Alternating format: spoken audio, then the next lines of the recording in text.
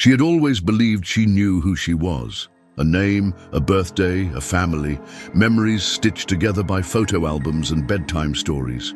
Like most of us, she never questioned the paper trail that tied her to the world, until one day, that trail simply vanished. It started with something routine, a passport application, the kind of errand that clutters a weekday afternoon. She filled out the forms, stood in line, smiled for the camera. But when the clerk typed her information into the system, something unexpected happened. Not a rejection, not an error, just nothing.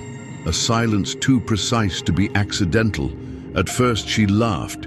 Bureaucracy was messy, records got lost. But the more she searched, the more absence she found. No birth certificate, no hospital file, no immunization records. The woman she had always been, on paper, had never come into existence, as if the first 10 years of her life had been quietly erased. Her parents seemed unfazed, quick to deflect, quick to soothe. There was a mix-up, they said, old systems, old towns, but their voices carried a tremor she hadn't noticed before, a hesitation that smelled more like fear than confusion. She started asking questions to her family, to old neighbors, to the schools she thought she had attended. Most didn't remember her. Some claimed they'd never seen her at all, and the few who did remember spoke with caution, as if recalling something they'd been told to forget. She began to doubt herself, not just her past, but her present. Who writes your story when the first chapters are missing? Who do you become when the foundation of your identity begins to dissolve? What terrified her most wasn't the silence of the records. It was the possibility that the silence had been carefully placed, that someone, somewhere, had decided that she should not exist before a certain age. And that, for reasons still hidden in shadows, the world had complied. What had happened before her 10th birthday? Why did every trail stop at the same invisible wall? And more importantly, who was she really before the person she was allowed to become? This is not just a story about lost paperwork. It's a story about memory, truth, and the chilling possibility that someone's life can begin on purpose, halfway through. She spent that entire night awake, the glow of her laptop casting long shadows across the room. With each click, each search, the same result returned. Nothing. No record of her birth. No medical visits before age 10. No registration at any school until 4th grade. It wasn't just a missing file. It was an entire segment of time that had been wiped clean, as if it had never belonged to her. She turned to the family photo albums next, hoping they'd ground her. But they only raised more questions. Most pictures were from vacations, birthdays, school events, all post-10. Any images from earlier seemed blurry, out of focus, or oddly staged. In one, she was holding a toddler's toy, but looked too old for it. In another, her expression felt disconnected, as if she were a guest in her own life. She asked her mother directly the next morning, "Why can't I find anything from when I was a baby?" Her mother froze, just for a second too long. Then with a carefully controlled voice, she replied, "There were issues with the hospital. Your records got lost." But her eyes told a different story, one of discomfort, perhaps even guilt. Her father tried to help, offering vague stories about moving towns, documents not being transferred, a flood in the old county office. But every answer felt rehearsed, like lines in a script written long ago. The more they spoke, the more she felt like an outsider in her own family, like someone who had been placed into a life instead of growing into it. Later that week, she called the hospital where she was supposedly born. The receptionist was kind, but after a long search said, "I'm sorry, we don't have any patient records under that name before 2013. She hung up without speaking. That was 3 years after her supposed 10th birthday. It was then she realized this might not be a case of lost paperwork. It might be something much more deliberate. A rewrite, a reset, an insertion into the world with a new beginning crafted by unknown hands. And if that was true, the obvious question wasn't just, what are they hiding? It was, why did they hide me in the first place? She returned to the elementary school she believed she had attended. The building stood unchanged, with faded playground markings and familiar brick walls. The administrative staff welcomed her politely, but when she asked for her old student records, their expressions shifted. A brief search turned up nothing, not a single entry under her full name before the 6th grade. One older staff member, a woman with graying hair and a tired gaze, paused when she heard the name. "That sounds familiar," she murmured, "but I remember a girl with a similar last name. Different first name, though. Quiet girl. Didn't stay long." The woman couldn't recall much else, just a sense that something had felt off. That detail stuck. A different name, a short stay. Was that her? A version of her before the version she was told to be? She left the building with more questions than answers, clutching a visitor's pass like it meant something. On her way home, she stopped by a second-hand bookstore and bought a small, spiral notebook. She began writing everything down: dates, places, reactions, hesitations. She wasn't just trying to find records anymore. She was tracing a shadow, an outline of a life that might have been hers, but had been hidden behind a new narrative. That night, she revisited old home videos. In one, she was unwrapping gifts at what was labeled as her 9th birthday, but something was off. The cake said, "Welcome home." She paused the video. Why would a birthday cake welcome someone home? And why did her parents look so tense in the background? Another video, labeled simply 2009, showed her in a backyard, swinging on a set that didn't match the house they lived in now. In the background, faint but clear, a woman's voice called a different name, one that didn't belong to anyone in her current family. The voice was gentle, affectionate, and completely unfamiliar. That sound echoed in her mind long after the video ended. It was like hearing your own story in a language you didn't recognize, a voice from a life you were never meant to remember. She pressed pause, not on the video, on her own certainty, because maybe she hadn't forgotten her past. Maybe it had been taken from her. She began dreaming again, not vague, symbolic dreams, but vivid, detailed ones. A house painted in shades of pale blue, the smell of fresh paint and dust, a staircase with uneven steps, and always a room with a single window that faced an empty field. She would wake with the same lingering thought, "I've been there." These dreams didn't feel like imagination. They felt like memory trying to return through locked doors. She searched online for satellite images, scrolling through towns she didn't recognize, guided only by instinct. Then, one evening, she stopped scrolling. Her finger hovered over a map view of a street in a rural town 2 hours away. The house was there. Blue, chipped paint, window facing a field, exactly as she had seen it in her sleep. The next day she drove out without telling anyone. The road was long and empty, and her heart pounded with every mile closer. When she arrived, she didn't know what to do. The house looked abandoned, but the mailbox was still standing. She stood at the gate for a long time, just watching. Then she noticed something by the fence. A small ceramic tile, cracked but still legible. Evelyn's garden. She didn't know any Evelyn. Back home, she tore through old boxes in the attic. In one corner, wrapped in an old towel, she found a tiny blue necklace, something she hadn't seen since she was a child. It matched the one she wore in the Welcome Home birthday video, the same one she had seen in her dreams. Holding it, her hands shook. There were fingerprints on this story, marks left behind by someone who had tried to erase themselves from her life but missed a few corners. She needed help, not from her parents, not from old neighbors who didn't remember. She needed someone who didn't have a reason to lie, someone who knew the family but wasn't part of it. That's when she remembered her uncle, her father's brother, who had drifted away from the family years ago, quiet, reserved, almost forgotten. But maybe, just maybe, he had been on the outside for a reason. She found a phone number tucked into an old address book, called it. He answered on the second ring. "Is this about the house?" he asked before she could say a word. That was when she knew he had been waiting for this call. He invited her over the next morning. His house was modest, quiet, filled with the scent of old wood and unopened books. He didn't ask how she'd found him. He didn't even look surprised, as if this meeting had been rehearsed many times in his mind. waiting for her to arrive. They sat across from each other in the kitchen. He poured her tea, then left the room for a moment and returned with a cardboard box. It was old, taped at the corners, and marked only with a single word in black ink: before. Inside were items that didn't match the life she knew: a worn, stuffed animal, a faded photograph of a young girl standing next to a woman with dark hair and tired eyes, an envelope labeled with her birth year, but not her name, and at the bottom of the box, folded carefully, a birth certificate.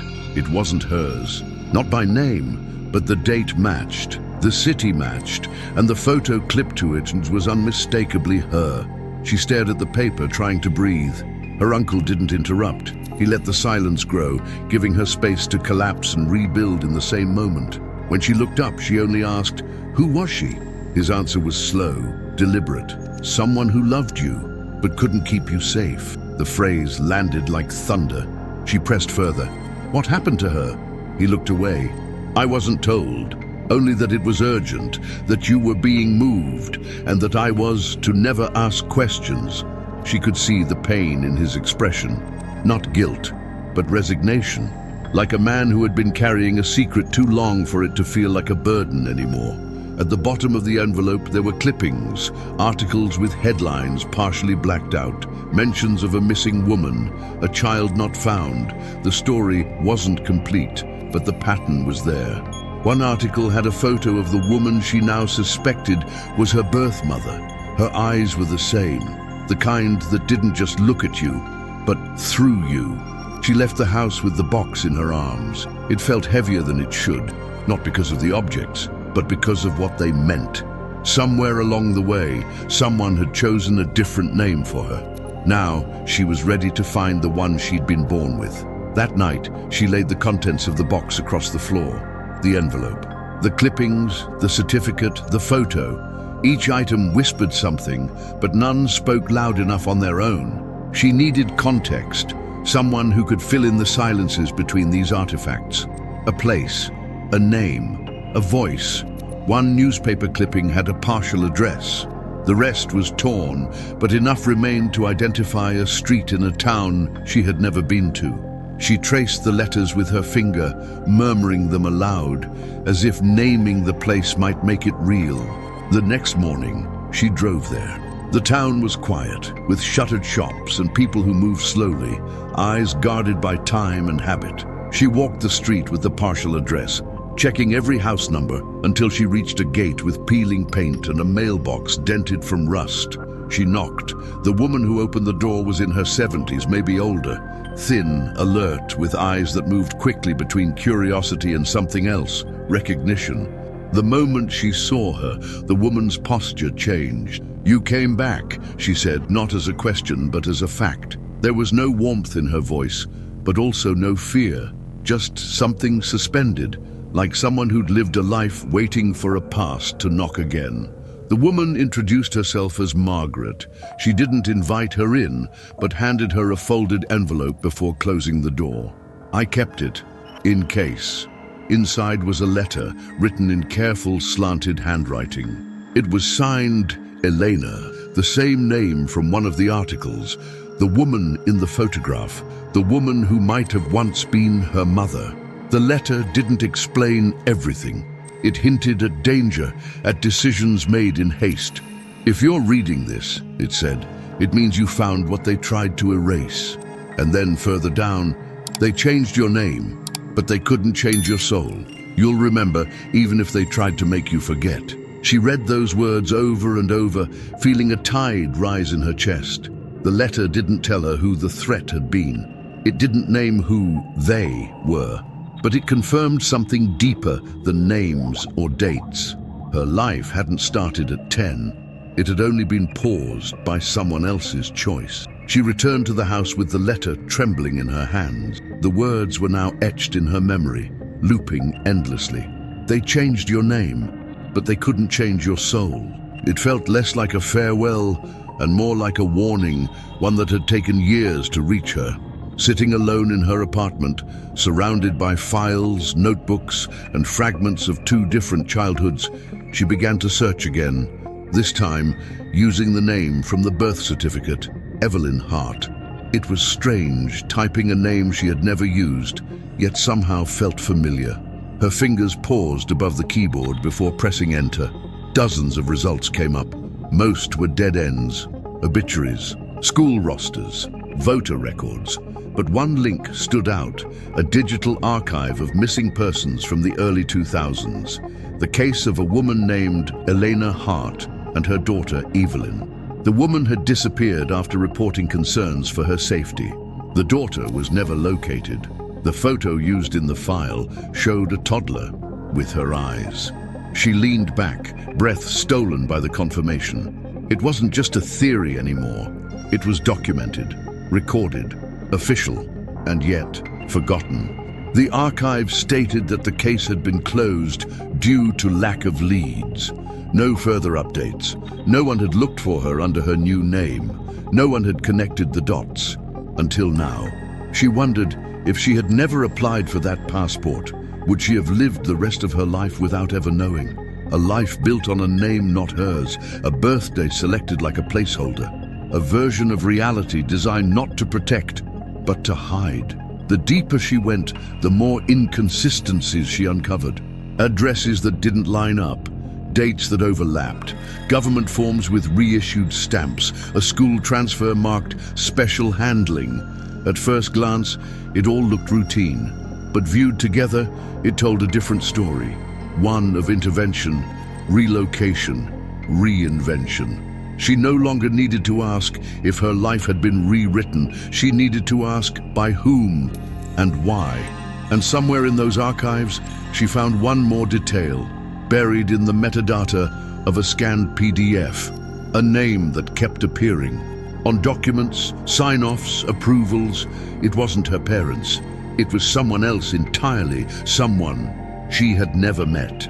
The name was typed at the bottom of several forms, L. Caro. No title, no department, just initials and a surname. It was subtle, consistent, and always present in key documents, those that redirected her school enrollment, those that processed her new identification, even one marked confidential transfer. She searched for hours, government registries, social networks. Nothing concrete, just a single mention in a forum from over a decade ago, a post about child relocation services signed by someone claiming to be a former field officer. The name matched, L. Caro. She reached out even though the account had been inactive for years. She left a message, "You don't know me, but I think you changed my life." Then, silence. Days passed. Just as she began to doubt she'd ever hear back, a reply appeared. "Meet me in person. Some stories can't be written." Odyssey, an address followed. Neutral ground, a public library 2 towns away. She went without telling anyone. When she arrived, a man in his 60s was already waiting. Trim, well-dressed, with the look of someone who once wore uniforms and still carried protocol in his posture. He didn't introduce himself. He only said, "I hoped you'd never find me, but I always knew you might." They sat in a quiet corner, surrounded by shelves and whispers. He spoke carefully, as if every word weighed more than it should. "You weren't meant to disappear. Not entirely. You were meant to survive." She listened, heart pounding, as he recounted a vague but chilling explanation.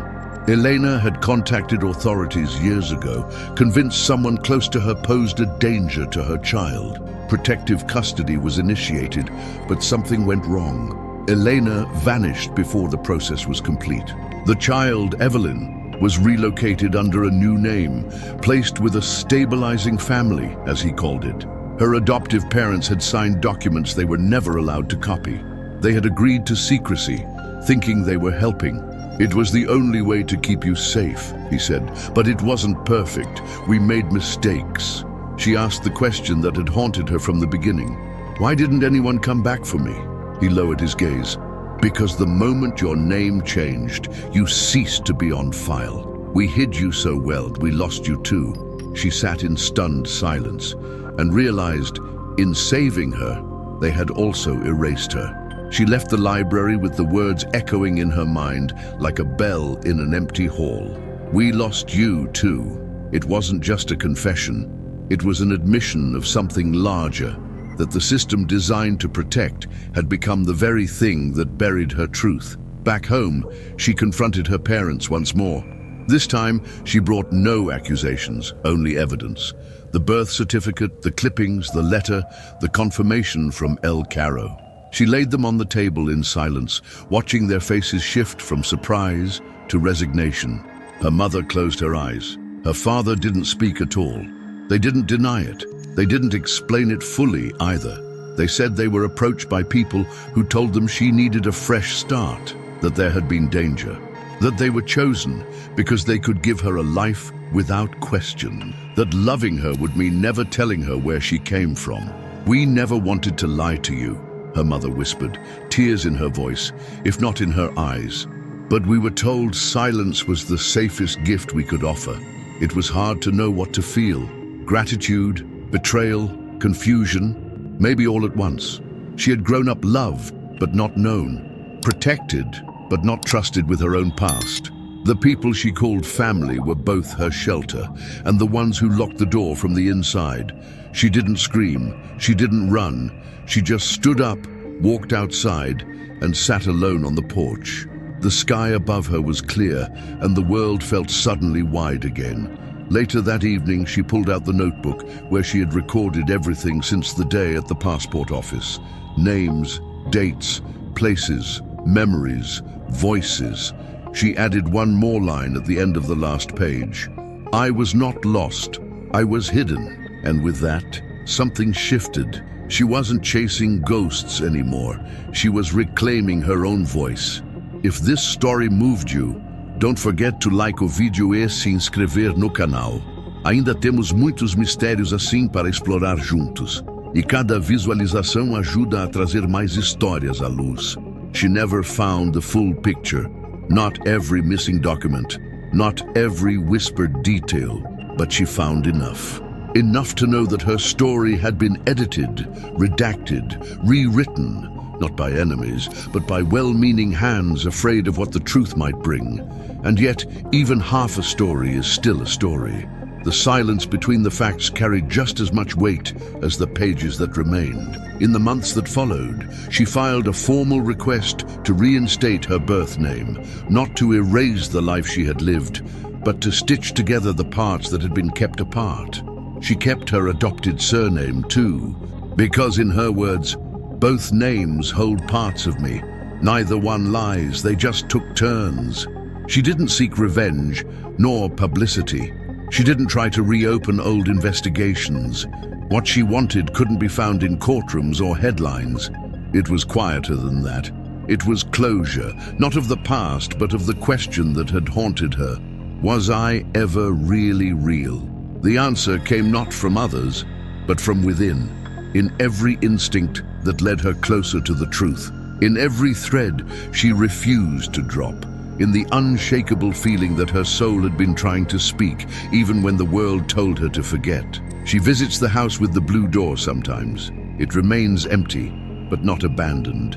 It holds memories now, some hers, some imagined. A place once lost in dreams, now anchored in reality. On the gate, the ceramic tile still reads, "Evelyn's Garden." And this time, she knows exactly who Evelyn is. If you've made it this far, subscribe to the channel for more stories that make us rethink who we are and what we've forgotten. And now we want to know, would you keep searching for the truth, even if it meant discovering that everything you lived was built on a secret? Leave a comment below. Your story might resemble this one more than you think.